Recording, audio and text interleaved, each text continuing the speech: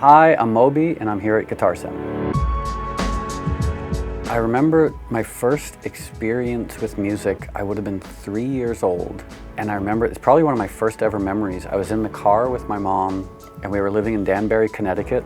And we'd pulled up in front of the apartment building and Proud Mary by Creedence Clearwater Revival was playing on the little AM radio. And I refused to get out of the car until the song had finished. And I think at that moment, like, my mom could probably have looked at me and said like, oh, okay, I guess he's gonna probably spend the entire rest of his life working on music, because you can't have such an obsessive reaction to music at such an early age and not spend the rest of your life working on music.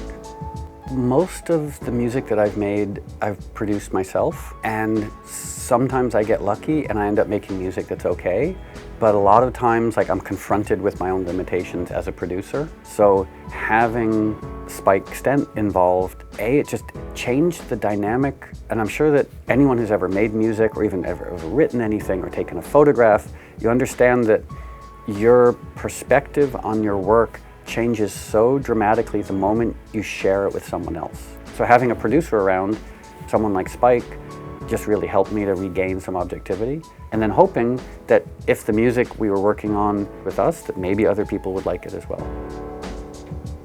I somehow have developed this reputation for being an electronic musician, DJ guy, but my background is playing guitar. You know, I've been playing guitar now for 39 years. My most essential piece of gear is a guitar. I mean, that's how I write most of the songs on guitar, and it's, you know, what I'm most facile with. Like in my studio, I have a whole bunch of guitars and a bunch of guitar processors and a bunch of synths, and they sort of coexist quite happily.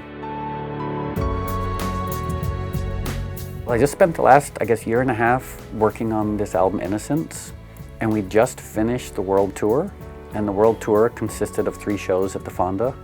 You know, you go on tour and you play songs that you've already written, which is really nice that you get to do that and that people are willing to listen to it. But staying home and working on music and going into my studio every day is what I want to spend my time doing. And the only way a musician makes money is going on tour. And a musician who stays home and works on music, it's like you're guaranteed not to make any money.